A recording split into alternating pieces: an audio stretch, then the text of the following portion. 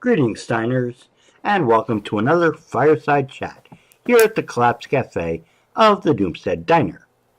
Today, it really is a fireside chat, if you live anywhere around Malibu, California. The place is currently an inferno, hell on earth for the filthy rich residents of this location. You couldn't wish this conflagration on any more deserving bunch of people. The images and vids are absolutely stunning. Million-dollar mansion after million-dollar mansion going spectacularly up in flames. There have been, last I read, about 12 deaths, with over 30 missing. I admit to having trouble feeling much sympathy for these rich fucks. It's the vengeance of God, and they are getting what they deserve. Really, though, if it's not clear to people by now that California is at the leading edge of the effects of climate change, they are just brain dead. It's a desert with mostly water piped in artificially by waterworks built in the early part of the 20th century. And it's not getting any wetter as time goes by. It's been used as an agricultural industrial food production facility. And if you look at what happened to places like Syria over the millennia of time this region was used for intensive ag, you can easily see the future for sunny California. The difference, of course, here is that California has been literally eaten up and sucked dry in about 300 years, whereas it took thousands to destroy the ecosystems of the Middle East so thoroughly they turned into deserts. On the economic level, for the modern capitalista clusterfuck in progress, this is going to be an insurance nightmare heretofore never before seen in human history. Those aren't cheap mobile homes going up in flames. They're million-dollar mansions, and there's a lot of them already burned to the ground. You're talking billions just in insurance claims alone. And then, who the fuck is going to want to rebuild in this neighborhood now? Who would buy a Malibu mansion now, even if it did manage to survive the Woolsey fire? You would literally have to have money to burn to be that stupid, which of course many celebrities are, so I'm sure they will be paying contractors to rebuild these emblems of the conspicuous consumption of the outrageously rich. However, I can't escape the conclusion that property values have to drop precipitously in this neighborhood, which of course also means lower tax receipts and still more problems funding the rather expensive California government. To top it all off on the economic front, Donald E. Trumpovetsky is now threatening to withhold federal emergency aid from the Californicators because, well, they're just too liberal. They don't elect enough repugnance. They try to protect the environment, except with agriculture, of course.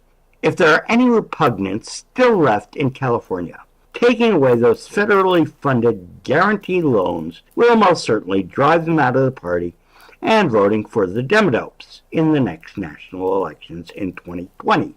Donald Dietrich is very good at shooting himself in the foot. In fact, I'm surprised he still has feet. While California is the canary in the coal mine here for big economic problems stemming from climate change, this problem is expanding across the country, and in fact, across the entire world. Aquifers are drying up. The Ogallala Aquifer, which feeds the fascist states of America breadbasket grain belt, is ever more depleted every year, and now they're pumping up the water from hundreds of feet down. You can't do that with a hand pump, folks. It takes serious energy to pump up water from that far down. The topsoil in Iowa, which used to be measured in feet, is now measured in inches. Flooding is devastating chicken and pig ranches in the Carolinas and playing havoc with their sweet potato crop as well. Places like Yemen and Syria can't feed their populations at all, and Homo saps are morphing into Homo refugius in all these places also. At some point in the timeline here, there just won't be anywhere left to go, and no cheap energy around to pump up water from the center of the earth. How far away is that time? Nobody can really answer that question definitively. The real extremists like Guy McStinction will tell you it's going to come in 2020, and slightly less alarmist pundits like Bill McKibben will call it for 2030, and a whole bevy of scientists will call it for anywhere from 2050 to 2100 if we don't change our ways. That's just not going to happen willingly by political means. It's going to be forced on the population when there just isn't enough energy to pump the water or good soil left to grow the crops. Then people will die by the truckload. It will make the Black Death of the Middle Ages look like a Sunday picnic.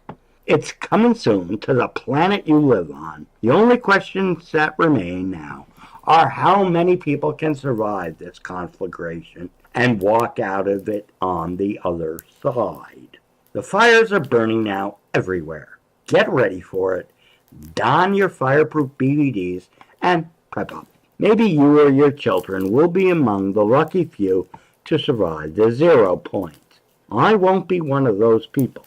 I am destined for my trip across the Great Divide, in all probability before this hits in force. But I will be there on the other side rooting for you to make it through. Unless, of course, you are a scumbag capitalist pig. In that case, I will be gladdened to see you go straight to hell. And that's all the doom. This time until next time, here on the Doomstead Diner.